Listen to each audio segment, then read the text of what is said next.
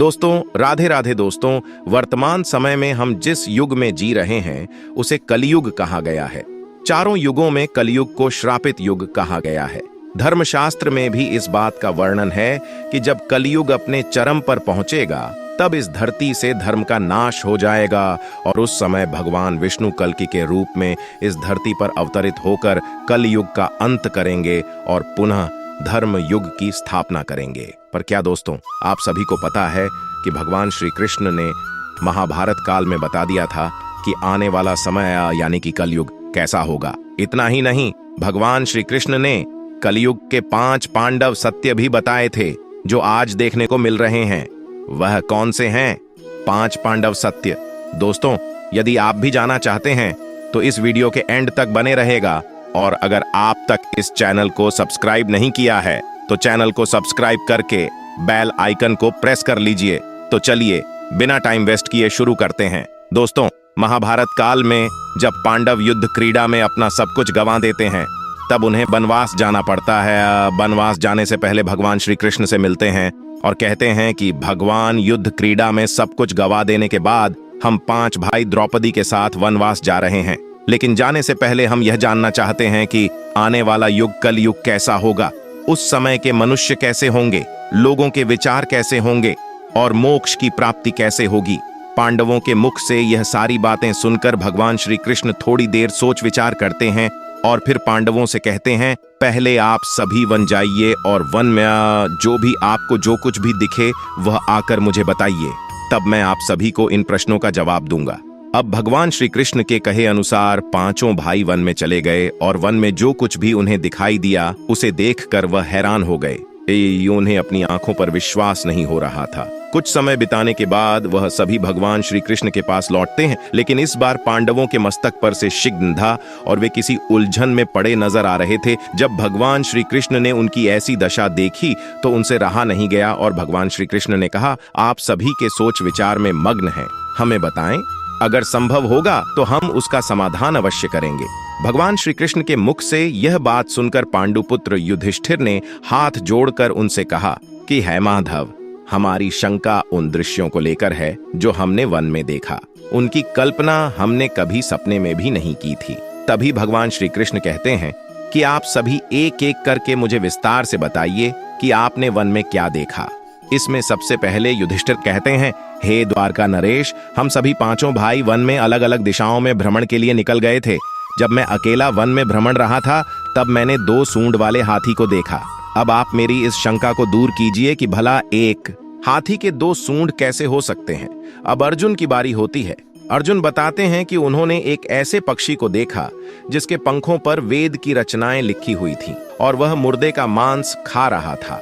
अर्जुन के बाद भीम बताते हैं कि उन्होंने वन में एक ऐसी गाय को देखा जिसने अपने बछड़े को जन्म के बाद चाट रही थी कि उसके शरीर से खून आने लगता है। इसे देखकर मैं हैरान रह गया कि कोई माँ अपने बच्चों के साथ ऐसा कैसे कर सकती है।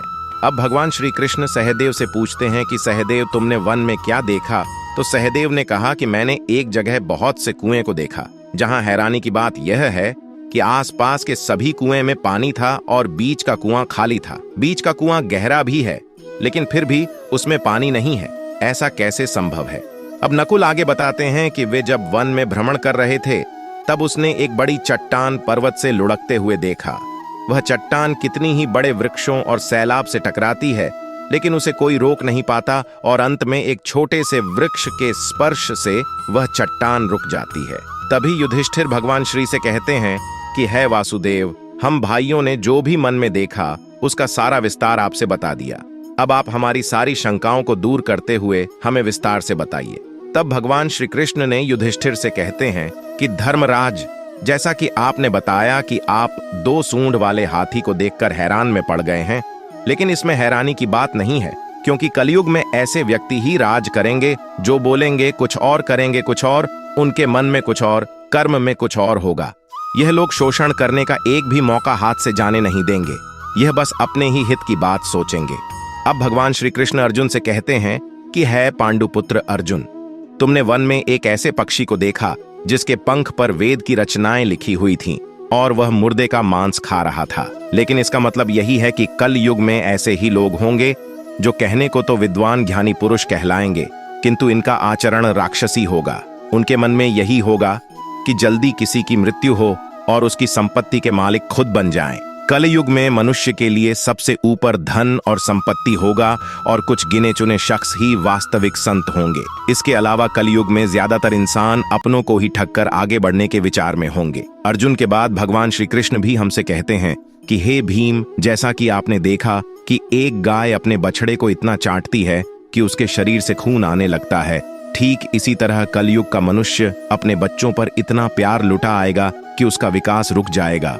एक माता की ममता अपनी औलाद की मोह माया और संसार में इस तरह बांध कर रख देगी कि उसके बच्चे का जीवन नष्ट हो जाएगा। अगर किसी का बेटा घर द्वार छोड़कर साधु बन जाएगा तो उसके दर्शन को हजारों व्यक्ति जाएंगे, किंतु अपना बेटा साधु बनेगा तो वह रोएंगे, विलाप करेंगे कि मेरा बेटा गलत रास्ते पर चला गया।